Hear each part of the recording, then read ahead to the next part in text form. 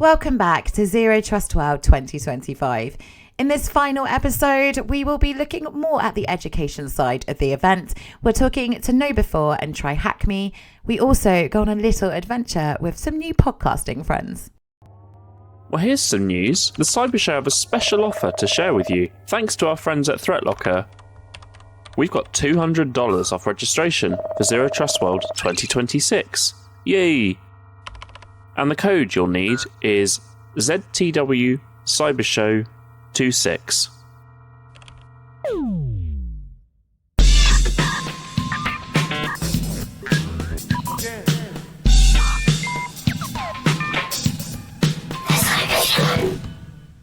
Actually got to go out for a night in the wilds of Florida with our very good friends from Adopting Zero Trust podcast. So we managed to get out and go to Player One, which is a vintage game store. It was so much fun. It was great. We drank beer quite a lot, and it was good beer as well. So you can tell the English people that the Americans have caught up. We do have craft beer there now, and it's good. We played Mario Kart, of all things, and the good old-fashioned Bomberman, which was really cool. While we sat there and we just nerded out and we just talked about cybersecurity with Neil and Elliot. And my God, would we do that all night? And also played a lot of games.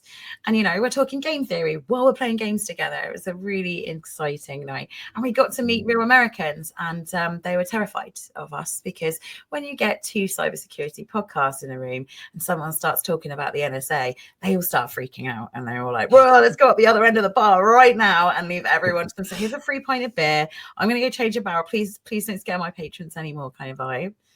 Ed wasn't allowed to drink because they didn't believe he was over 21, which was quite funny. Apparently a UK driving license is not good enough. Didn't you know that before? Didn't you know that, Ed? Like that you were definitely going to get ID'd and refused alcohol in America, and you needed to kind of seriously, you know. I didn't know we were actually going out and leaving the resort, and I only had my wallet in my back pocket, which has only got my driving license in it. So I didn't actually bring my passport with me. Yeah, because you had trust in the hotel, which I have zero trust. So it lives on me at all times. It only comes out of my pocket. It was just hidden obscurely somewhere in the hotel room. So I was trusting that more than losing it at the conference. But yeah, we had a great time. So we went out and we played all these games and we chatted cybersecurity, and then we came back and we went to the sports bar and we had a whole VR center, and the lads were playing some sports there. Well, I sat and I chatted to a female astro engineer who's moving into cybersecurity. So this is the kind of event you're at, you know. That's an attendee. She did astro engineering, and now suddenly we're moving into cybersecurity because that's such a big part of what they do in Zero Trust. It's really important there as well. So although it was like super fun and we had a great time and we got to go out and experience proper America with really good beer, really good music, we came back to the hotel and we spent a lot of our time with ThreatLocker, their staff, and all the attendees all munched up together in this complete takeover of a sports bar, which was just amazing. And they don't do things small, do they, Ed? No, nothing at all. Everything is just massive. It's like literally stereotypical America, which I quite enjoyed seeing in person. It's fun being in the VR, but you sit there and you think, how many screens have we got? Yeah, I was like, how many screens have my eyes looked at or trying Why to are look the at seats in one? glowing? That game arcade looks totally awesome. It's so cool. I'm so jealous of that bit. You would have had to drag me out of that place. It felt like that. It was like, we should probably go now or we'll miss, you know, the things we're meant to sort of be doing. Yeah. But yeah, it was really good. And I really hope that we get to go and spend more time with Neil and Elliot because they're great. And Elliot's so funny. He just produces things like that you need. So I was like, oh, I need a hairband. You know, it's hot over here. And then that night, he just produced one out of his pocket, you know. It was out of the mystery machine that was in one of the pictures that we've just seen. And then they went to a shop and found some ducks, which were like our exact like podcast representations of ourselves. And he's like, hold your hand out. And you're like, okay. So yeah, really, really fun. And again, just in the taxi was quite a funny thing because again, you've got 4 experts in cybersecurity all trying to like talk the filthiest stories in security they can. And the taxi driver's like, I can barely drive the car right now. This is juicy. Like, what's happening? Are you guys famous? Well, we do this for a living. And he's like, yeah, I don't want to turn up right now. This is great. Tell me more. Yeah, it was a great evening. It sounds like a really, really awesome party that ends in video games, and so I get a bunch of techie people together, and it's pretty explosive like that, I think. Yeah, it was a really supportive event as well, and it was really well thought out. I think a real festival atmosphere, and it was great just to talk about tech with people, security, and just enjoy the stunning venue that they hosted us in, the tropical location. As Helen said earlier, it was mine and Helen's first time in America too, so it was just great to meet like-minded people from across the globe, and Threat Locker just looked after everyone so well and got us all together, put on all these amazing events, and we just all had fun together as attendees. And where else can you go and have lunch with engineers, CEOs, students, sales, MSPs, and just discuss whatever you want around the table together? And it's such a great environment. And also, what tech worker doesn't enjoy a comic book cosplay? So there's that as well. Education was also a really big part and a really big aim of the conference, actually. And you've probably seen the sign floating around a couple of times that say it is the leading education conference in certainly the US, but maybe even the world as well. I'm sure a few universities would argue that point. But it's aimed at closing the skills gap in a non sort of academic environment. And it's about learning not just their products, but learning about other products and how they integrate and how systems integrate and how operating systems integrate, and to do a little bit of hacking. So if you've never done it before, it's a really good place. You could just drop in.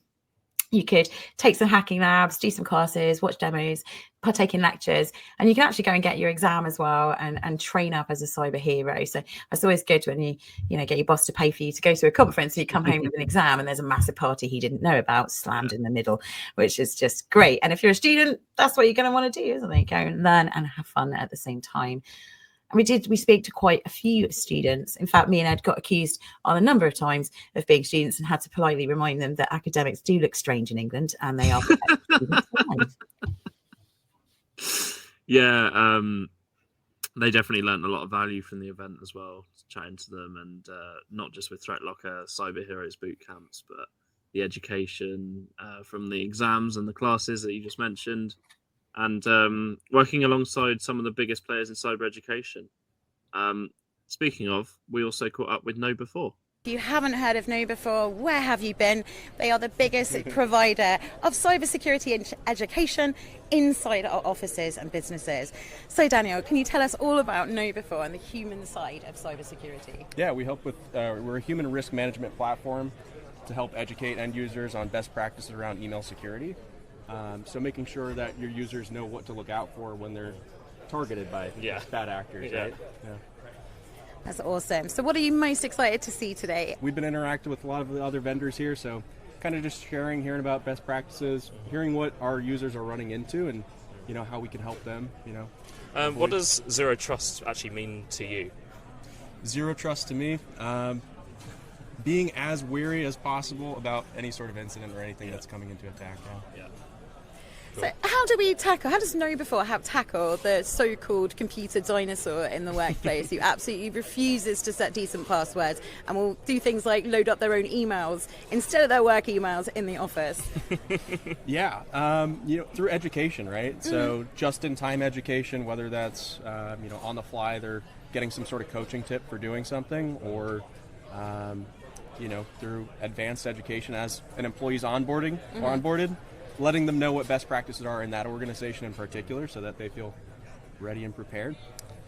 Yeah. What would say you had a top tip for cybersecurity to give to anyone, maybe someone who's not very experienced in tech, or maybe even a professional now, what would you say to them to keep themselves most secure?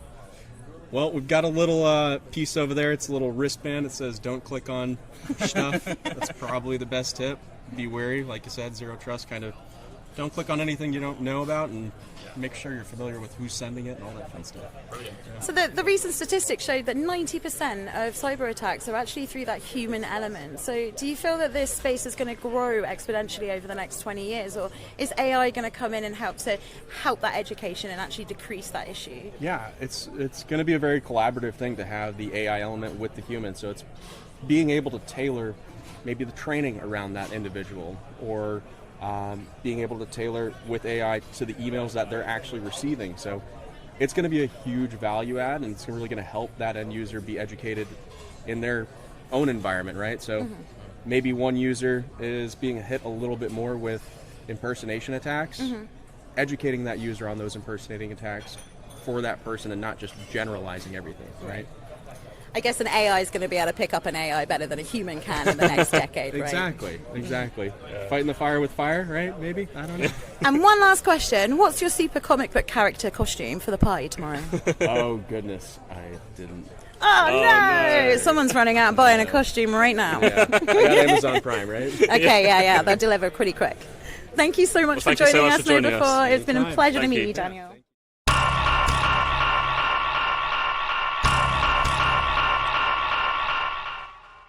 They're a bit like us. They want people to know stuff before it's gonna mess them up, right? So, No before a hack.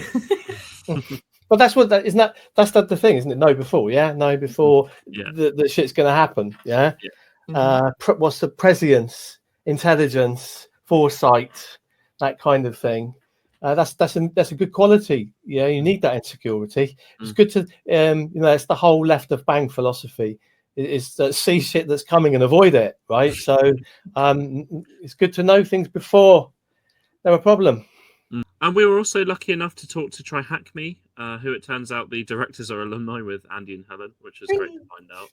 And they really understood the same educational problems that we faced in 2018 and set out to improve learning and accessibility to cyber education when they were both students. Yeah, that's what we love to hear. So we've got 2 students, one at UCL, one at Portsmouth, just so the alumni both there, who just realised that it's really, really difficult to learn that technology side of things when it comes to cybersecurity. We do lectures and we understand the concepts, and then it's just here's your laptop, go for it. Here's the Raspberry Pi, try and explore. And some students really struggle to do that. I know that me and Ed certainly didn't struggle to explore computers. It's something that we wanted to do, but it goes against the grain of everything that you're sort of taught in your early years. So if you are struggling with that ethical side, how do you learn it, and how do you do that sort of with a guide that doesn't feel over convoluted, with a guide that is accessible? And that's what TryHackMe did. And they started only in 2018, and they are absolutely massive at the moment. And it's actually one of the biggest parts of why it's so big is because it's actually free at the point of delivery.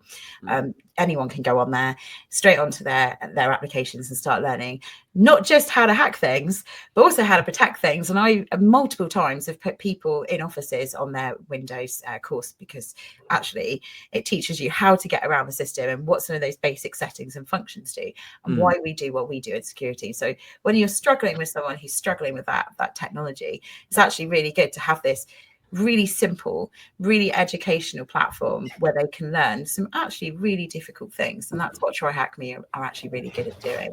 And they want to spark curiosity. That's one of their most important things. And they are community driven. It's one of those almost like an open platform model where we are all contributing. If you know you're using it a lot, you pay your £8 or £12 a month, and it just helps everybody else below you. So if you are going to go out and learn it, definitely support it. Especially support things that are free at the point of delivery that aren't designed to spy and steal all your data. So let's just go and see what we said with TryHackMe. Tell me a bit about what you do at TryHackMe and what TryHackMe do. Yep, I'm one of the co-founders of TryHackMe along with Ben. Unfortunately, he was not here today. TryHackMe is an online platform that is training the next generation of cybersecurity practitioners. So we want to make it as easy and as affordable as we can for people to learn the right attack and defense skills to get a job in cyber. And we know all about that on the Cyber Show because we do education too, and we've been doing it for a long time. And we found TryHackMe years ago, and we just bummed off all of the stuff that the universities gave us that was awful. And we told all the students, if you want to learn hacking, go to TryHackMe. It's not going to break the bank, and they'll actually take you through step by step. And you'll get to the end, and then you can just plug in your Linux, and you're good to hack all your shit in your house. Right? Another explicit. Oh, that's amazing. Yeah, I mean, the aim really is to tell people, hey, you know, if you don't go to like Greg's or Starbucks like twice a month, right, you can get lots of free hacking, and you can get a job out of it, right? And then you can buy as many Starbucks as you like with the good wages that cybersecurity give you. Exactly. And in the UK, we're the leaders of cybersecurity education worldwide and cybersecurity professionals, and you're having a massive part and a massive role in that across the entire country. And we need to get that out across the entire world at this point. Thank you. Yeah, there's still such a long way to go. You know, when we started TryHackMe, cyber still wasn't well known. I think people are doing better at recognizing it as a potential career opportunity. Absolutely. But there's just the tip of the iceberg with how far we can spread the word. And we know that in the UK last year, they posted that documentation that said that 47% of businesses couldn't find the employees they need, and that 20% of their employees were not skilled enough. And it's like, you do know that there are companies out there where you could potentially spend absolutely almost nothing and put your staff through that training, and it would cost you less than dealing with the problems that they've caused. So education is the most important thing in harder subjects, and it is so vital that we have access to it. And that's what you do. You provide access that's digestible and easy, step by step.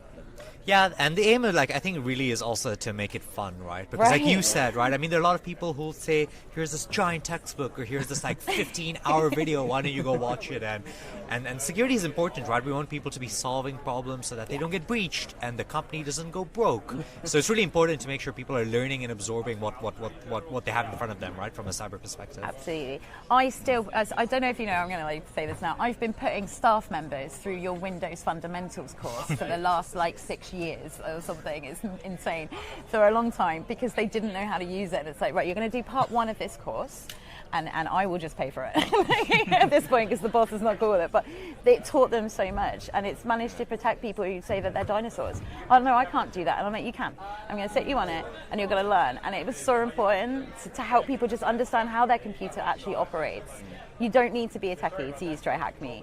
It can help you learn OSs. It can help you do your job better, even if you're on reception, and that is so important. Yeah, I agree. I mean, I think the most fulfilling part about working at TryHackMe is we hear really incredible stories of people who get into TryHackMe. So we've heard stories from nurses, English teachers, construction workers, who have very non-traditional backgrounds when it comes to tech, right? And they manage to acquire skills, get jobs in cyber. They triple their salaries, and they're fulfilled. So completely right in that there's such a big misconception that you need to really be a core computer scientist or a tech person, but honestly all you need is time, you need a little bit of energy and more persistence to really break through it, and anyone can do it, truly. Absolutely, you just need that thirst for knowledge and that thirst for learning. And we've made it seem internationally that in cybersecurity and hacking is really hard, and we did that on purpose because we didn't want everyone going out breaking into everything. But it's come at a cost, and it's come at a cost of not having the staff that we need around the world just when we need them. So we need way more investment in education like this across the board in order to tackle that problem and get those people in those seats, and you're doing a really big role in that. No, I appreciate it. Yeah, and I mean, I think it's a team effort, right? There are people like you out there that are also doing the good work. You know, we really need governments to adopt security education at like a core high school level. So with funding. Exactly. So there's I think we have such a long way to go to get security training really embedded at the right stages, because ultimately it's about encouraging the right people at the right stage of their life, whether you're kids, whether you're career switchers, whether you're actually retired. So there's definitely a ton more work to do out there. We just did a class with year 8s, which are 13 to 14-year-olds, and they were all like, oh, you're hackers, that's cool. But they didn't know a lot. And when you told them, about 8 of them were like, right, that's it, I'm doing cyber. And it's just like, we need everyone in the West to be going out and getting to children when they're 14 and they're told you have to decide what you want to do for the rest of your life. They need exposure to more than just science and English. There's so many more jobs, all those skilled jobs, people don't even know they exist. So we need that funding worldwide to tackle this issue. Absolutely. Yep, I agree. I was just going to ask, what does Zero Trust mean to TryHackMe? Yeah, that is a good question. So purely from a security perspective, we take security quite importantly at TryHackMe. We're 100 people now, so we want to make sure that whether you are in sales or marketing, we get everyone at the company to go through TryHackMe in their first 30, 60, 90 days, and we want to make sure that, we're I think a lot of what good security comes down to is good security hygiene, and Zero Trust is part of good security hygiene, right? How do you make sure that the systems you're running are running with the least privilege, people don't really have access to the right things, and ultimately, for me, Zero Trust also comes down to just good network segmentation, right? We've been reading a ton of reports from CrowdStrike and Palo Alto talk about threat actors, and one of the reasons these attackers do get in is because there's no good Zero Trust in how all these networks are set up, right? So for us, it comes down to security hygiene. It comes down to making sure at different stages of an org, that's what that looks like. And it's so exciting to be here at Zero Trust World with ThreatLocker, seeing them really pioneering what good Zero trust looks like across the industry.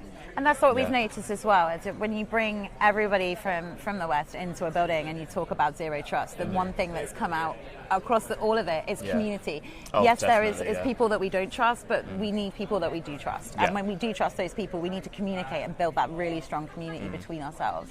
It's almost like a very intelligent cult, but it needs to be. I think the most exciting part for me was there are a lot of people here who I guess like aren't core security practitioners, but security is still a big part of their job, right? Call it like network engineers, people who work on IT, people who work on support and who work on help desk. And I think security is such a big part of their role. And then the fact that zero trust is being embedded across the org, and it's not this abstract security concept that's there and people don't know what they're doing, right? So it's been so cool talking to people about how security is really part of their day-to-day work. And even though don't have security in their title, they don't work in the security team, they're really thinking about it, and it's front and center of them at their role.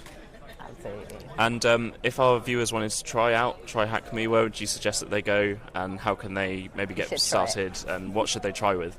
So Track Me is free to start. You don't to get access to all of Hack Me, it's around $14 a month or £12 a month.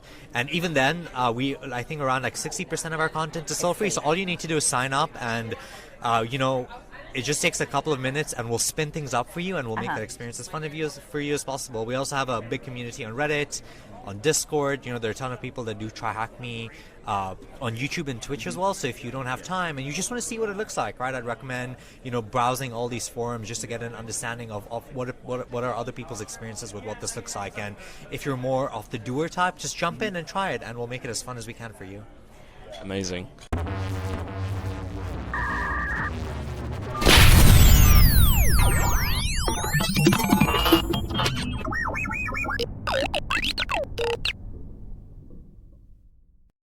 I think what we really saw there is that we're discussing with an educator to another educator in the UK, which is actually one of the biggest providers of cybersecurity education in the world. We're talking about how we're struggling. We're struggling to get government-backed funding to go out into state-sponsored schools, state-backed schools, and give them the education that the education secretary would like us to give. So there's this huge disconnect. We're asked to do it. We're willing to do it. We're happy to go and do it. And we love doing it. But we can't get the funding to do it. And it feels that we're being asked to do something completely for free and just sort of give up all of our time. So I guess we're trying to work out, how do we fix that worldwide? Because what are the values of education? Why are we teaching people to hack? There's a huge, like you said, there's a huge hunger for this. And everybody now has realized, wow, we're going to have a new wave of digital literacy. We're going to have to all get our kids very, very smart about tech and the threats that come with it. The future of society kind of depends on it, and nobody's giving us money to go out and do that kind of education. So it's a real tragedy in the making, right? And very, very frustrating indeed for educators. Yeah, absolutely. And we say things on the national stage like, "Oh, we're going to be the leaders of AI." Great. Where's the AI education? Well, we don't do that at school level. Well, the school children are already using AI models to do their homework, and you're not teaching them how to do it. That's like when I went and used Wikipedia for all my schoolwork, and it took 5 years for my teachers to work out why I'm getting A star suddenly. This is a huge disconnect.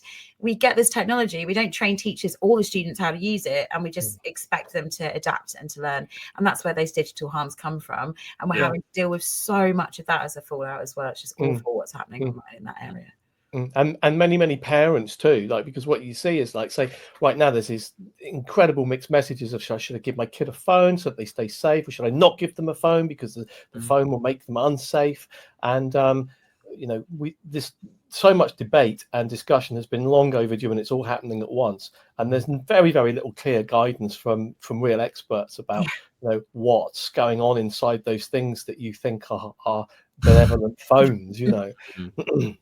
And I think even looking back to sort of 2011, I don't even think it's like a lot of school teachers are aware of, even not like IT teachers, they're aware of the risks that are out there in terms of cybersecurity. And my school actually assigned like a digital leaders group, and it was to try and like pull the students and the staff together about cyber risks and kids in education. But a lot of the time I just ended up helping teachers like how to turn projectors on and off and things like that. Don't forget, I now live in the cyber digital city. So I live in a digital city. It's the first council ever in the UK, probably at this point in the world, to be given money, budget, actual funding to go out into schools and actually getting paid essentially to go and do that and to put on these classes. But it is so slow. And Try Hack Me have been around since 2018. They're offering free education, and they still can't get the assistance that they need. They're ready. Honestly, it was, we had a private conversation. They could roll this out across every single school into every IT department, but the funding and the willingness essentially to get that out there is just non-existent. And it's a real shame, because you could incorporate this into that GCSE, which is now very heavy cybersecurity, and you'd have a much broader range of educated people to fill that school's skills gap from college, and that would just be fantastic. And it's really, really clear. It's the same thing we found in our research, that the right age really to start engaging in this conversation is around 13, 14. Even younger. I kind of so into the fact that there's education is extremely culturally powerful from primary school level. And like, massive big up to all the educators out there that are kind of in cybersecurity. I think we're leading this field in many ways, because it is cybersecurity happens at the interface between technology and people. Absolutely. And that's kind of why all the interesting stuff is happening, and how each generation get to see technology and incorporate it feeds into their model of security and what it means to be a citizen, what it means to be responsible, what it means to take care of each other, all of these things that are real security, like what we call civic cybersecurity, right? That's where technology is part of the fabric of a society. And, it can't be isolated from all of those other social aspects, So educators are doing really good, but we are really, really struggling for money. Yeah, totally. And but it's good news that Portsmouth are kind of on the radar, isn't it? Because we've done a bit of work for a Portsmouth school, and that went quite well, huh? Yeah, it's part of that digital city movement. And again, that's where Try Hack Me was founded as well. So I do think that you've got a strong university there with those. The Navy is the home of the Navy. And as a result of that, there is a lot of technical advancement going on. And it is actually reaching the council, because it is such an important part of our makeup. And that needs to spread out to all the other cities that we support and we look after as well. And it's good to see that. Strange it didn't happen in London first, to be honest. Strange it didn't happen in Bristol, to be honest with you. If I would have thought of a place where an alternative, civic cyber movement would have come from, it would have been Bristol. Right. But I guess in Dorset we still count as West Country, don't we? Yeah, you do. You're only next door, but it's the Navy, I guess. They understand the importance of securing our nation, and they're really helpful at making sure that we know what we're doing here in Portsmouth. I'd just like to thank sincerely our event host, ThreatLocker, for arranging one of the best events of the year, both in the education with understanding what you do and how Zero Trust work, but also it was really fun too, right? Yeah, and we'd also love to thank all of our amazing guests that we had on this episode, from Tech Degenerates, Try Hack Me, SpectreX, Ninja One, Hats AI, and Know Before.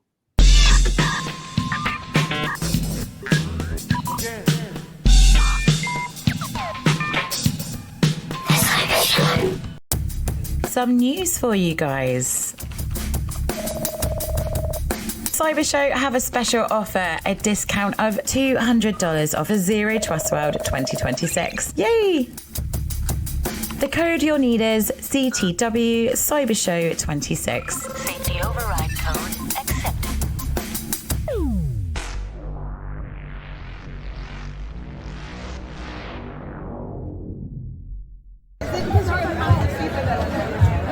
Yes, one of the very best. So what's your real life superhero, hopefully not villain job? I am in enterprise sales. I actually work for Throttle. Awesome. Yeah. Well, you're helping to save the world, so really, you're like an anti-villain. Yeah, exactly. There you go. But I like to pretend to be a villain because it's more fun.